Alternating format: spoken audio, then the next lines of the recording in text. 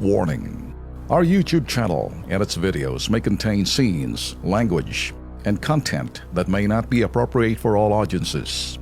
These videos include surveillance footage, undercover pursuit of suspects, actual police and rescue operations, and fearless confrontations. If you do not approve of the content, please do not watch our videos.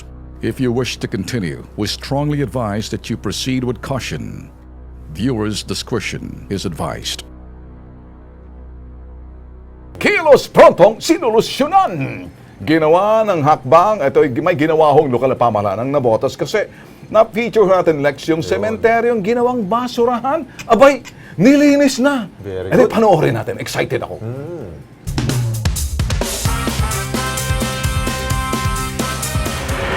Noong nakaraang Martes, Marso 21, ipinalabas namin dito sa Kilos Pronto ang sinapit ng sementeryong ginawang tambakan ng basura sa lungsod ng Navotas. Bukas na bukas, sir. Sasamahan ho namin kayo. Matapos naming pukawin ang tanggapan ng City Environment and Natural Resources Office o Sendro na naturang lungsod, iilos pronto nilang inaksyonan ang problemang ito.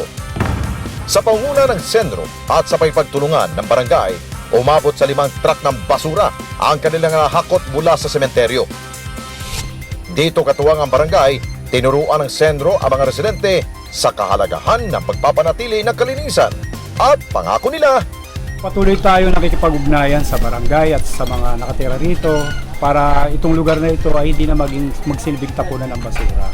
Tayo po ay patuloy na nananawagan sa ating mga kasama at nagpapasalamat din naman sa ating barangay at sa lahat ng mga tao, grupo na tumutulong sa atin, tumatawag po ng pansin para sa mga ganitong mga problema at ating pinapakiusap sa mga lalo na sa mga nakatira rito na iwasan na po yung pagtatapon.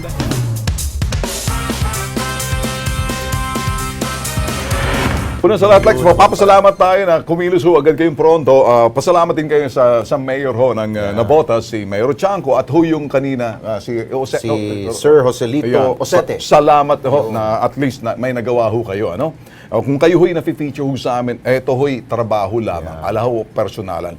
Kayo ho'y agad kumilos. Yung mga tatamad-tamad dyan, nagpapalaki ng kung ano-ano, hindi namin kayo titigilan sa pagpapatawag ng pansin. Oo. Siguro, pakiusap na rin ho natin sa mga naninirahan rin po dyan sa tabi ng sementeryo. Okay, tama mukhang hindi pa daw ho naroronda ho yan ng city government po ng Navotas. Kung kayo po ay patuloy pa rin po na magtatapon ng basura yan, baka daw ho anytime, kayo rin po ay papaalisin dyan.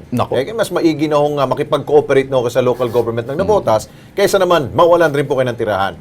Maganda naman sigurong malinis sa lugar, linis mo, tapat mo. Di ba? Kaya lang, public cemetery, linisin mo, nagpapahinga yung mga yumao dyan.